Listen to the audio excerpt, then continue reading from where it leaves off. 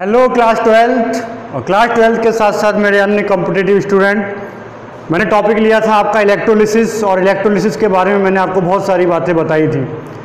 और इलेक्ट्रोलिसिस में एक इम्पॉर्टेंट टॉपिक और भी आया था, वो था आपका इलेक्ट्रोकेमिकल सीरीज़।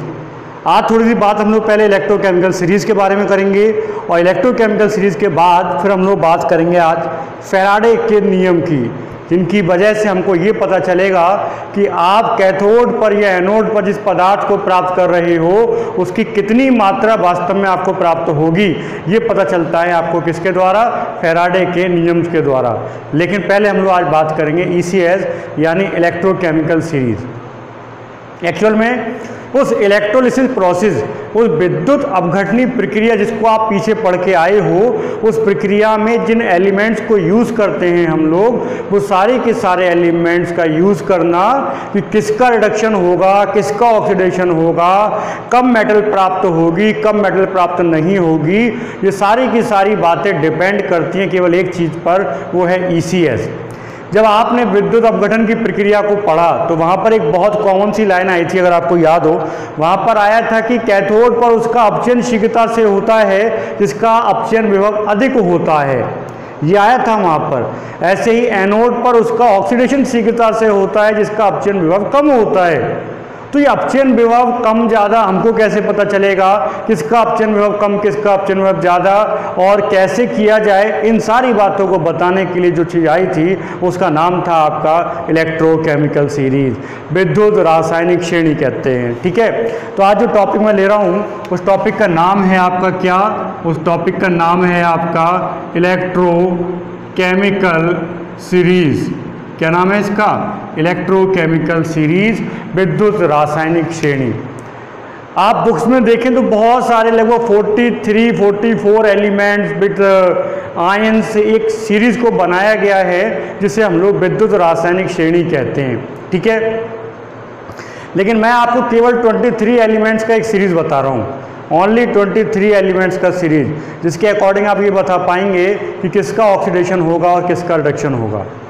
पहले समझिए इस चीज़ को बनाया कैसे गया। देखिए, हम लोगों ने सबसे पहले, वैज्ञानिकों ने सबसे पहले हर मेटल के लिए, हर एलिमेंट के लिए अलग अलग उनके पोटेंशियल का वैल्यू डेवलप किया, उनका पोटेंशियल का वैल्यू नोट किया।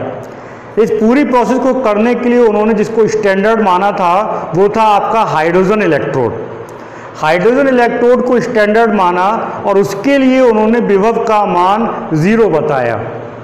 ठीक है, उसके लिए विभव का मान उन्होंने 0 बताया। पहले तो आप समझो कि ये इलेक्ट्रोड विभव है क्या। आप सवाल करके आए हो, सॉरी अभी आपने सवाल नहीं करे हैं, सॉरी। तो आपने इलेक्ट्रोड विभव क्या, इसको पहचानना होगा। आगे के टॉपिक आपके इसी से रिलेटेड होंगे, तो ध्यान दीजिए। थोड़ा सा आपको अलग से बताता हूँ इस सीरीज से हटके। एक आप कंटेनर लीजिए, इस कंटेनर में मान लीजिए आपने ZnSO4 का सोल्यूशन लिया है और आपने क्या किया, इसमें Zn की एक रॉड को डिप कर दिया। यानी किसी भी धातु की छड़ को, मेटल की रॉड को उसी मेटल के सॉल्ट के सॉल्यूशन में डिप कर दीजिए। Zn को ZnSO4 में डाल दो, कॉपर को CuCl2 में डाल दो, कॉपर सल्फेट किसी में डाल दीजिए। धातु की छड़ को धातु के लवण के विलयन में आप डाल दीजिए। ठीक है, किसी धातु की छड़ को धातु के लवण के विलयन में जब आप डाल देते हो तो वहां पर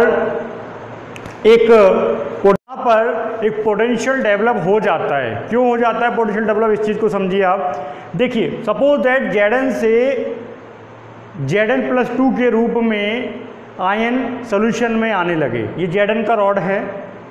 Zn से क्या हुआ, Zn2+ सोल्यूशन में आना शुरू हो गए। सोल्यूशन में लगातार Zn+2 आ रहे हैं उस Zn की रॉड से। तो जब Zn+2 के रूप में सोल्यूशन में आए तो इलेक्ट्रॉन कहाँ रह गए? इलेक्ट्रॉन रह गए आपके रॉड के ऊपर। इलेक्ट्रॉन कहाँ रह गए? आपके रॉड के ऊपर रह गए। तो सोल्यूशन पॉजिटिव चार्ज हो गया, रॉड नेगेटिव चार्ज हो गई, चार्ज के बीच में डिफरेंस आ गया, इट्स मीन वहाँ पे पोटेंशियल डेवलप हो गया। जब चार्ज सेपरेट हो जाएंगे, चार्ज के बीच में डिफरेंस आ जाएगा, तो कॉमन सेंस की बात है वहाँ पे पोटेंशियल डेवलप हो जाता है। अब ये पोटेंशियल जो डेवलप हो रहा है, इसी पोटेंशियल को हम लोग कहते हैं electrode potential.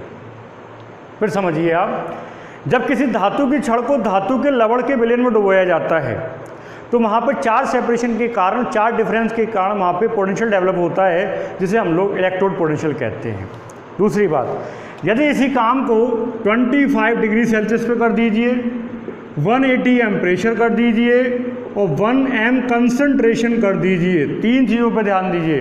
25 degree Celsius temperature कर दीजिए आप, 1 मोल कंसंट्रेशन कर दीजिए, मोलर कंसंट्रेशन, और 180 एम प्रेशर कर दीजिए। इस कंडीशन में जो पोटेंशियल डेवलप होगा उसे हम लोग कह देते हैं स्टैंडर्ड इलेक्ट्रोड पोटेंशियल, मानक इलेक्ट्रोड विभव। स्टैंडर्ड, देखिए दोनों चीज़ों में डिफरेंस है। पहले आप इलेक्ट्रोड विभव समझिए, उसके बाद में स्टैंडर्ड इलेक्ट्रोड विभव समझिए। इलेक्ट्रोड विभव क्या है? आप किसी भी रॉड को उसके सॉल्यूशन में डिप कर दीजिए, वहाँ पर विभव डेवलप हो जाएगा, तो वो इलेक्ट्रोड विभव है। लेकिन अगर आपने उसके साथ में कंडीशन क्रिएट कर दी, कौन कौन सी कंडीशन? टेम्परेचर 25 डिग्री कर दिया आपने, प्रेशर 1 ATM कर दिया आपने, और 1 मोलर सोल्यूशन कर दिया। इस कंडीशन में जो वहाँ पे पोटेंशियल डेवलप होगा उसे कहते हैं स्टैंडर्ड इलेक्ट्रोड पोटेंशियल, मानक इलेक्ट्रोड विभव। ठीक है बात? अब ये मानक इलेक्ट्रोड विभव दो प्रकार का हो सकता है। ये मानक अपचयन विभव भी हो सकता है, ये मानक ऑक्सीकरण विभव भी हो सकता है। यानी आप सिंगल इलेक्ट्रोड की बात जब कर रहे हो तो इसमें ऑक्सीडेशन भी हो सकता है, यहाँ पर रिडक्शन भी हो सकता है। यदि ऑक्सीडेशन हो रहा है तो आने वाले विभव को हम लोग ऑक्सीकरण विभव कहते हैं, मानक ऑक्सीकरण विभव। और अगर यहाँ पे अपचयन हो रहा है तो आने वाले विभव को हम लोग कहते हैं मानक अपचयन विभव। हम लोगों ने क्या किया, इसको ये कोई इलेक्ट्रोड था, इसको हम लोगों ने हाइड्रोजन इलेक्ट्रोड के साथ जोड़ दिया, जिसके लिए पोटेंशियल का वैल्यू ऑलरेडी 0 चल रहा है, हमको पहले से पता है। मैं आपको अलग से बताऊंगा स्टैंडर्ड हाइड्रोजन इलेक्ट्रोड क्या होता है, अलग से बात करूंगा उसके बारे में। बट आप फिलहाल समझिए कि इसको मैंने हाइड्रोजन के साथ जोड़ दिया, जिसका खुद का पोटेंशियल ऑलरेडी 0 है, उसका खुद का पोटेंशियल ऑलरेडी 0 होता है, उसके साथ आपने इसको जोड़ दिया। अब वहाँ पर जो भी पोटेंशियल निकल के आ रहा होगा वो पोटेंशियल इसी का तो होगा, क्योंकि उसका वैल्यू तो 0 चल रहा है। ठीक है ना बात? तो इस तरीके से हम लोगों ने सारी की सारी मेटल्स के इलेक्ट्रोड विभव के अकॉर्डिंग एक सीरीज़ को तैयार किया। एक बात और समझिए, मान लीजिए यहाँ पर स्टैंडर्ड ऑक्सीडेशन पोटेंशियल SOP, मानक ऑक्सीकरण विभव का मान लीजिए +1 आ रहा है, मान लीजिए, तो इसके स्टैंडर्ड रिडक्शन पोटेंशियल का मान -1 होगा। Very important condition. ऑक्सीकरण विभव और अपचयन विभव के मान में कोई डिफरेंस नहीं होता, केवल साइन का डिफरेंस होता है। इस बात को दिमाग में बैठा लो, इसकी बहुत ज़रूरत पड़ेगी। यानी अगर किसी के अपचयन विभव का मान +2 है और अगर आप चाहते हो कि मुझे उसका ऑक्सीकरण विभव मिल जाए तो आप -2 लिख दीजिए, कोई दिक्कत नहीं, एक ही बात होती है। ठीक है? तो जब सारे के सारे एलिमेंट्स के हम लोगों ने विभव कैलकुलेट कर लिए, सारे के सारे एलिमेंट्स के जब हमारे पास में पोटेंशियल आ गए, तो उन पोटेंशियल के आने के बाद हमने सीरीज़ को बनाना शुरू किया। उसके बाद हम लोगों ने सीरीज़ को बनाना शुरू किया और जो सीरीज़ बना के हम लोगों ने तैयार करी, उसी सीरीज़ को हम लोगों ने नाम दिया था इलेक्ट्रोकेमिकल सीरीज़। अगर आपसे कोई एक लाइन में पूछे कि बताओ इलेक्ट्रोकेमिकल सीरीज़ क्या होता है, तो आप क्या बोलोगे? इलेक्ट्रोकेमिकल सीरीज़ एलिमेंट्स का ऐसा सीरीज़ है जिसको बनाया गया है, नंबर 1, अपचयन विभव के बढ़ते क्रम में। आप बढ़ता घटता छोड़ो, कोई सा क्रम हो सकता है, कोई दिक्कत नहीं। अपचयन विभव के क्रम में, ऑक्सीकरण विभव के क्रम में, सक्रियता के क्रम में, आप कुछ भी बोल दीजिए, सब सही है। बट एलिमेंट्स का एक सीरीज़ है, एक सीक्वेंस है, जिसके बाद जो एलिमेंट आना है वही एलिमेंट आएगा। ठीक है? तो मैं शुरू करता हूँ कि क्या है आपकी इलेक्ट्रोकेमिकल सीरीज़। ये नहीं पूछा जाता कि इलेक्ट्रोकेमिकल सीरीज़ क्या है, लेकिन इसकी ज़रूरत बहुत है, इसको आप समझ लीजिए। तो पहला एलिमेंट जो मैं लिख रहा हूँ वो है Li, और किस रूप में लिख रहा हूँ ध्यान दीजिए आप, ये है Li पॉजिटिव है, उसने एक इलेक्ट्रॉन को गेन किया है और Li बनाया है, और इसके लिए जो रिडक्शन पोटेंशियल, मानक अपचयन विभव, स्टैंडर्ड रिडक्शन पोटेंशियल जो आया है वो आया है आपका -3.04। ये हम लोगों ने चेक किया है, हाइड्रोजन के कंपेरिजन में निकाला तो इसका रिडक्शन पोटेंशियल -3.04 आया। ठीक है बात? इसमें कोई दिक्कत वाली बात मुझे लगता नहीं किसी को होगा। ये वैल्यू उसकी निकल के वहाँ पे आई थी। ठीक, फिर क्या हुआ आप ध्यान दीजिए, कुछ बातें यहाँ पे बता रहा हूँ, उस पर सोचना Li+1 जो कि अपने में खुद स्टेबल है, वो चाहता है कि मेरा एक इलेक्ट्रॉन निकल जाए जो कि निकल चुका है। आप उसे ज़बरदस्ती इलेक्ट्रॉन दे रहे हो तो क्या इलेक्ट्रॉन लेगा वो? Li+1 जिसने हीलियम के स्ट्रक्चर को प्राप्त कर रखा है, ऑलरेडी वो अपने में स्टेबल है, वो भैया क्यों इलेक्ट्रॉन लेगा? आप ज़बरदस्ती उसका रिडक्शन कराने जा रहे हो, इसीलिए तो मान बहुत ज़्यादा माइनस में आ रहा है, अदरवाइज माइनस में नहीं आता मान। अदरवाइज इसका मान माइनस में नहीं आता, इसका मान पॉजिटिव होता। और देखिए ज़रा, अगर मैं इसी रिएक्शन को उल्टा कर दूँ तो ये रिएक्शन बहुत जल्दी हो जाएगी, तो जाहिर सी बात है यहाँ पे पोटेंशियल का मान जो आएगा वो ऑक्सीडेशन पोटेंशियल बन जाएगा और बहुत ज़्यादा पॉजिटिव आएगा। कॉमन सेंस की बात है। तो इसका मान इसलिए बहुत ज़्यादा नेगेटिव, याद रखिए जिसका मान बहुत ज़्यादा नेगेटिव है इसका मतलब वो इतनी आसानी से वो काम होगा नहीं। आप यहाँ पे मैं आपसे कह दूँ इसका रिडक्शन पोटेंशियल बहुत ज़्यादा है, इसका मतलब क्या है पता है? इसका मतलब ये है कि इसका रिडक्शन इतना आसान नहीं है, ये आसानी से रिडक्शन नहीं होने देगा, ये इलेक्ट्रॉन को ग्रहण नहीं करेगा, ये आसानी से इलेक्ट्रॉन ग्रहण नहीं करेगा, नहीं करेगा, नहीं करेगा, क्योंकि इसका रिडक्शन पोटेंशियल बहुत ज़्यादा है। कैसा? नेगेटिव। ठीक है। तो दूसरी बात एक और बता दूँ, अगर आप NCERT की बुक देखेंगे तो इसमें उल्टी दी हुई है सीरीज, Li सबसे नीचे चल रहा है, तो उससे कोई टेंशन वाली बात नहीं है, आप रिलैक्स रहिए उससे। आप सीरीज को किसी भी तरीके से बना सकते हो, घटता क्रम बना दीजिए, बढ़ता क्रम बना दीजिए, उससे किसी भी प्रकार की कोई टेंशन नहीं है। ठीक। अब मैं आगे के एलिमेंट लिख रहा हूँ, बट अब पूरी रिएक्शन नहीं लिखूँगा, डायरेक्ट लिखूँगा। ये वैल्यू भी आपको याद करने की जरूरत नहीं है। ठीक है। Li के बाद में आता है K के बाद में Ba के बाद में SR के बाद में Ca, Na, Mg, Al, Mn, Zn, Cr, Fe, Cd, Co, Ni दिखाई दे रही है? हाँ ठीक है। Sn, Pv, H, यहाँ पे आया H, और H का वैल्यू कितना होता है? 0.00 प्लस माइनस, यानी ये सारे के सारे वैल्यू नेगेटिव चल रहे हैं। जब 0 यहाँ पे आया है तो कॉमन सेंस की वजह से सारे के सारे वैल्यू आपके नेगेटिव चल रहे हैं। इसके नीचे के एलिमेंट लिखता हूँ, नीचे के लिख रहा हूँ, बस आपको दिखाई नहीं देंगे इसलिए मैं इनको इलर्ट लिख दे रहा हूँ। ठीक है। Cu, Hg, Ag, Pt, Au, पर ध्यान रखना ये है नीचे ही। मालूम पड़े आप ये कहो कि साहब ये तो इससे ऊपर चला गया, ऐसा नहीं है, ये इसी के नीचे है। कुल 23 एलिमेंट्स है, इनको आप याद कर लीजिए सीक्वेंस के अनुसार, ये सारा आपके प्रॉब्लम को सॉल्व कर देंगे। कैसे भी करके 23 एलिमेंट की सीरीज को आप याद कर लीजिए।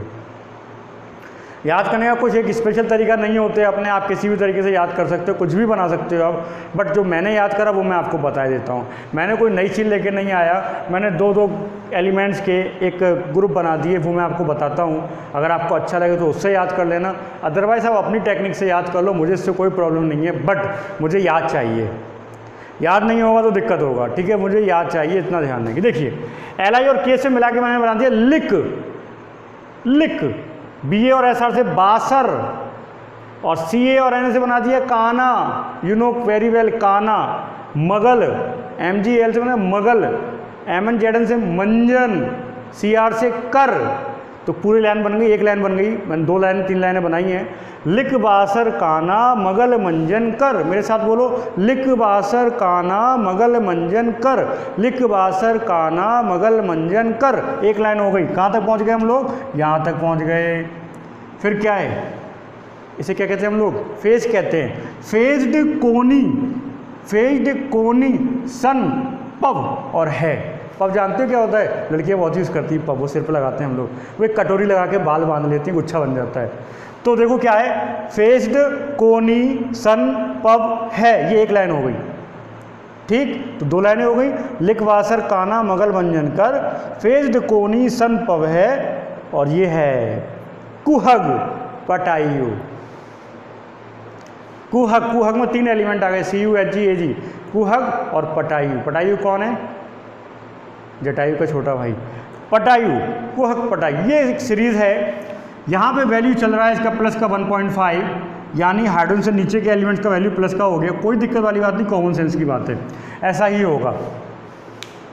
अब इस सीरीज का वैल्यू क्या है, करना क्या है, मैं बताया ये सीरीज पूछी नहीं जाती, लेकिन इससे बहुत सारे क्वेश्चंस बनते हैं। उन क्वेश्चंस के बारे में थोड़ी थोड़ी हम लोग बात करते हैं, क्योंकि एग्ज़ाम में इससे रिलेटेड क्वेश्चंस आते हैं।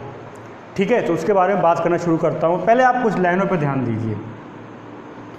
देखिए, अगर आप वो देहाती जो मेथड था इलेक्ट्रोलिसिस का, विसर्जन वाला,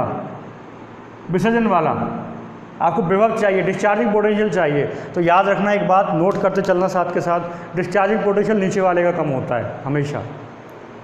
यानी अगर दौड़ लगाई जाए तो जीतेगा कौन? नीचे वाला जीतेगा। उसको कोने में रख दो जरा। अब जरा इस पे आओ, जो एक लाइन बोली थी लाइन पे ध्यान दो। लाइन ये बोली गई थी कैथोड पर उसका अपचयन शीघ्रता से होता है जिसका अपचयन विभव अधिक होता है। ये सारे के सारे मानक अपचयन विभव है, स्टैंडर्ड रिडक्शन पोटेंशियल है। ठीक है बात। बढ़ती क्रम में हमने एक सीरीज बनाई है, ध्यान दीजिए। ये कहा गया कि कैथोड पर उसका अपचयन शीघ्रता से होगा जिसका SRP यानी स्टैंडर्ड रिडक्शन पोटेंशियल यानी मानक अपचयन विभव अधिक होगा। ध्यान दीजिए, यदि मैं दो एलिमेंट्स को ले लूँ, ठीक है, यदि मैं दो एलिमेंट्स को ले लूँ, कौन कौन से? मान लो मैंने ले लिया एक कॉपर और कॉपर के साथ में मैंने ले लिया H+। तो ध्यान दीजिए H+ यहाँ चल रहा है और कॉपर चल रहा है। इन दोनों में किसका रिडक्शन पोटेंशियल ज़्यादा पॉजिटिव है? इसका ज़्यादा पॉजिटिव है। यानी रिडक्शन किसका होगा? इसका रिडक्शन हो जाएगा। और जब इसका रिडक्शन होगा तो ये कॉपर बना देगा। यानी हाइड्रोजन और कॉपर की कंपेरिजन में कैथोड पर कॉपर रिलीज हो जाएगा, कैथोड पर कॉपर रिलीज हो जाएगा यदि आप लोगों ने हाइड्रोजन और कॉपर का यूज़ करा। वो छोड़िए आप, मैं सीधे सीधे प्योर एलिमेंट लेता हूँ। एक कॉपर ले लिया, एक सोडियम ले लिया।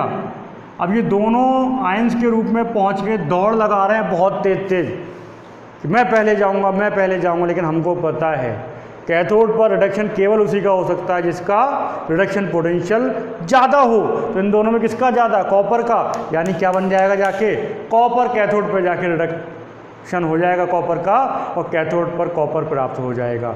सोडियम विलयन में ही रह जाएगा क्योंकि दौड़ में वो हार गया। ठीक है बात। इस तरीके से हम लोग यहाँ पे यूज़ कर सकते हैं, इसका ध्यान रखना आप इस चीज़ को। ठीक है, चलिए मैं कुछ बातें और बता रहा हूँ, उन बातों का आप नोट करना। कौन कौन सी बातें? देखिए, ऊपर से नीचे जाने पर अपचयन विभव बढ़ रहा है। ये सीरीज़ आपने जो बनाई है, इस सीरीज़ को इसी क्रम में आप याद करो तो ज़्यादा अच्छा रहेगा। ऊपर से नीचे जाने पे अपचयन विभव बढ़ रहा है, रिडक्शन पोटेंशियल बढ़ रहा है। तो मैं कुछ पॉइंट लिख रहा हूँ, ध्यान देना। अपचयन विभव यानी रिडक्शन पोटेंशियल। दूसरा पॉइंट, इलेक्ट्रॉन गेनिंग कैपेसिटी यानी इलेक्ट्रॉन ग्रहण करने की प्रवृत्ति, electron gaining capacity. Third, oxidant power, ऑक्सीकारक क्षमता। बेटा, जिस पर अपचयन होता है, जिसका अपचयन होता है वो ऑक्सीकारक होता है। मैंने आपको बताया था हैलोजन प्रबल ऑक्सीकारक होते हैं। मैंने आपसे पूछा हैलोजन प्रबल ऑक्सीकारक क्यों होते हैं, तो आपने कहा कि साहब वो इलेक्ट्रॉन ग्रहण करते हैं। तो यहाँ पर भी तो ऐसा ही हो रहा है, ऊपर से नीचे जा रहे हो तो इलेक्ट्रॉन ग्रहण करने का प्रवृत्ति बढ़ रहा है। ऊपर से नीचे जा रहे हो, अपचयन विभव बढ़ रहा है। तो कॉमन सेंस की बात है, ऑक्सीकारक क्षमता भी ऊपर से नीचे जाने पर बढ़ेगी। एक साथ 3 पॉइंट याद करा दिए बेटा, मज़ा आ जाएगा आपको। एक साथ 3 पॉइंट आप लोगों ने याद कर लिए। ऊपर से नीचे जाएंगे अपचयन विभव बढ़ेगा, ऊपर से नीचे जाएंगे इलेक्ट्रॉन ग्रहण करने का प्रवृत्ति बढ़ेगा, ऊपर से नीचे जाएंगे तो ऑक्सीकारक क्षमता बढ़ेगा। ठीक है बात, इतनी बात समझ में आ गई। अब इसके जस्ट अपोजिट कर दो 3 पॉइंट। 3 पॉइंट अपोजिट कौन से? मैं अपोजिट को रेड से लिख दे रहा हूं। अपचयन विभव के साथ दूसरा आएगा क्या? ऑक्सीकरण विभव। देखिए, ये मान अपचयन का है तो प्लस में चल रहा है, मैं इसको यहाँ माइनस लगा दूँ तो यही मान अपचयन का बन जाएगा। ये वाला माइनस इसको प्लस कर दूँ, यही मान ऑक्सीकरण का बन जाएगा। तो प्लस से माइनस हो जाएगा तो ऑक्सीकरण विभव, चूँकि ये तीनों बढ़ रहे हैं, ऑक्सीकरण विभव घटता है। इलेक्ट्रॉन डोनेटिंग कैपेसिटी, इलेक्ट्रॉन त्यागने की क्षमता क्या होगी? घटेगी। और ऑक्सीकरण जिसका होता है वो अपचायक कहलाता है, यानी अपचायक क्षमता भी क्या होगी? घटेगी। 3 दूनी 6, 6 पॉइंट याद हो गए हम लोगों को एक साथ। जस्ट अपोजिट पॉइंट होते हैं, याद रखिए आप इसको। ठीक है, कितने पॉइंट्स हो गए आपके? ये आपके 6 पॉइंट हो गए, याद रहेगा आपको। नंबर 7 पे आइए। नंबर 7 क्या कहता है? ECS में जिन धातुओं को हाइड्रोजन से ऊपर रखा गया वो सारी की सारी धातुएं अम्ल से हाइड्रोजन का विस्थापन कर सकती हैं। वो सारी की सारी धातुएं अम्ल से हाइड्रोजन का विस्थापन कर सकती हैं बेटा, खूब समझो इस चीज़ को, अम्ल से हाइड्रोजन का विस्थापन कर सकती हैं। यानी आप Zn की रिएक्शन H2SO4 से कराएंगे तो ZnSO4 बन जाएगा, हाइड्रोजन गैस रिलीज हो जाएगी। पर यही रिएक्शन आप कॉपर के साथ करा दें तो नो रिएक्शन, कॉपर के साथ यदि इसी रिएक्शन को करा दें तो ये रिएक्शन नहीं होगी। खूब समझ लीजिए इस बात को, ये रिएक्शन नहीं हो सकती। खूब समझ लीजिए, खूब समझ लीजिए, खूब समझ लीजिए। आ रहा है बात समझ में? समझ में आ रहा है पूरा कहानी? खूब समझो इस चीज़ को, देखिए ठीक है। चलिए ध्यान दीजिए इसके आगे। एक पॉइंट और बताता हूँ इसका, बढ़िया सा पॉइंट। देखिए जो धातु ऊपर है ECS में, एक पॉइंट याद रखना, नहीं पॉइंट नोट कर लेना भाई सब। एक पॉइंट ये भी होता है, ऊपर से नीचे जाने पे रिएक्टिविटी यानी सक्रियता कम होती जाती है। ऊपर से नीचे जाने पर रिएक्टिविटी यानी सक्रियता लगातार क्या हो जाता है, कम हो जाती है। नीचे वाला कम सक्रिय, ऊपर वाला ज़्यादा सक्रिय है। और लास्ट पॉइंट बता रहा हूँ, जब ऊपर वाली धातु सीरीज में ऊपर उपस्थित जो मेटल है वो नीचे वाले के सॉल्ट से मेटल को विस्थापित कर सकता है, उसके लात मार सकता है। यानी इसकी रिएक्शन कराओगे तो क्या बन जाएगा, ZnSO4 बन जाएगा और Cu अलग हो जाएगा। ZnSO4 बन जाएगा, Cu अलग हो जाएगा। बहुत इंपॉर्टेंट बात बता रहा हूँ, ZnSO4 बन जाएगा Cu, क्योंकि Zn कैपेसिटी रखता है कॉपर को रिप्लेस करने की। Zn कॉपर को रिप्लेस कर सकता है क्योंकि Zn ऊपर है, Zn का रिएक्टिविटी ज़्यादा है, वो रिप्लेस कर देगा कॉपर को। बट अगर इसका उल्टा कर दूं मैं, कॉपर और कॉपर के साथ में जिंक सल्फेट आ जाए, ये रिएक्शन नहीं हो सकती। कॉपर में इतनी ताकत नहीं है कि वो जिंक सल्फेट से जिंक को रिप्लेस कर दे। बहुत इंपॉर्टेंट बात बता रहा हूँ, ध्यान रखना इसको, ठीक है बात। जो ऊपर है वो नीचे वाले के सॉल्यूशन से, नीचे वाले के सॉल्ट सॉल्यूशन से मेटल को रिप्लेस कर सकता है। ये ऊपर वाले की ताकत है, क्योंकि आप जानते हो ऊपर वाला ज़्यादा एक्टिव है, नीचे वाला एक्टिव नहीं है। ऊपर वाला जो चाहे वो कर सकता है। ऊपर जब तक बैठा है उसकी इच्छा है तब तक होगा, उसकी इच्छा नहीं होगी कोरोना जाएगा नहीं, ठीक है बात। तो ये कुछ पॉइंट्स हैं इलेक्ट्रोकेमिकल सीरीज का। इसके एक दो एग्जांपल दिखाता हूँ आपको, कैसे सवाल आता है, इसको थोड़ा समझने का कोशिश करो आप लोग। मान लीजिए 4 एलिमेंट यूज़ करें हम लोगों ने, A B C D। इसके रिडक्शन पोटेंशियल दिए हुए हैं, -3.5, -2.5, +1.05, +1.25। ये सब इनके रिडक्शन पोटेंशियल दिए हुए हैं, ठीक है। ये सारे के सारे रिडक्शन पोटेंशियल दिए हुए हैं। कह रहा है कि इनको रिएक्टिविटी यानी सक्रियता के क्रम में व्यवस्थित कीजिए। ये सब रिएक्टिविटी दी हुई है, कह रहा है सक्रियता के क्रम में व्यवस्थित कीजिए। आपको पता है कि सक्रियता ऊपर से नीचे जाने पे घटती है, मैंने अभी आपको बताया, ऊपर से नीचे जाने में सक्रियता घटती है। तो पहले इसको, इन चारों एलिमेंट्स को अपनी सीरीज के अकॉर्डिंग लगा दो। इन चारों एलिमेंट्स को अपनी सीरीज के अकॉर्डिंग आप लगा दीजिए। तो कैसे लगाएंगे, देखो सबसे पहले मोर नेगेटिव कौन, A, उसके बाद कौन लगाएंगे B, उसके बाद कौन लगाएंगे हम लोग, पॉजिटिव बढ़ता है यानी C, उसका यानी ये सारे के सारे सीक्वेंस में लगे हुए हैं। अब आपको पता है कि ऊपर से नीचे जाने पर रिएक्टिविटी कम होता है। सबसे कम रिएक्टिविटी किसका है, D का। सबसे ज़्यादा किसका है, A, फिर B, फिर C, फिर D। ये बन गया आपका रिएक्टिविटी का ऑर्डर।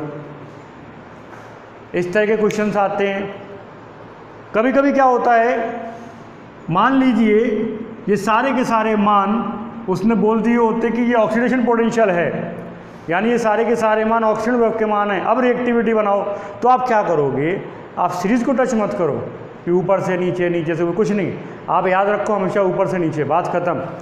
अब अगर ये ऑक्सीडेशन पोटेंशियल के मान हैं तो आप एक काम करो, इनके साइन चेंज कर दो, तो ये रिडक्शन के मान बन जाएंगे। अब ये रिडक्शन के मान बन गए, आपके अनुसार हो गए।